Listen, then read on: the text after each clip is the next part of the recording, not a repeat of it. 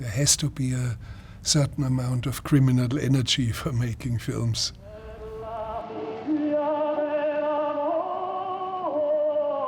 You have to go to the borderlines of what you normally do, and maybe even do transgressions, like forging a shooting permit, which I've done for Fitzcarraldo, or breaking into houses. You see, if you move a truck and you move it back half an hour later, it doesn't hurt anyone. But that's what every filmmaker has to do ultimately. I live my life, or I end my life with this project. You see, it's this bon mots by Godard or by some of the French. It's just big mouthing, and so let them say cinema is dead. It's just a headline that draws attention. Cinema, of course, is not dead. I always disliked school. Everything that I learned on my own. Everything that fascinates me is fascination that comes from my own curiosity. All the visions that I have are my own. I think in many cases, like in my own case, it is good that you are self-taught as a filmmaker. Everyone who makes films has to be curious. Everyone. Without curiosity, you should never take a camera in your hand and do something with it. Have the monks stopped meditating? Have they stopped praying? They all seem to be tweeting.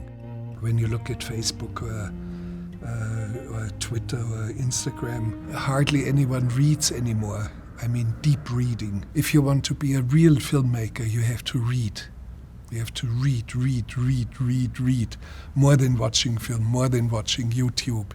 It means you have to understand poetry. You have to understand great arcs of narration. You have to understand characters. You have to understand dialogue. So all this conceptually you learn by reading and not by watching films so much. So I hardly see any films. I don't know, it has never really engaged my mind so much. I always had the feeling that I was inventing cinema, as if I was the inventor of cinema. And I'm not interested what the others are doing.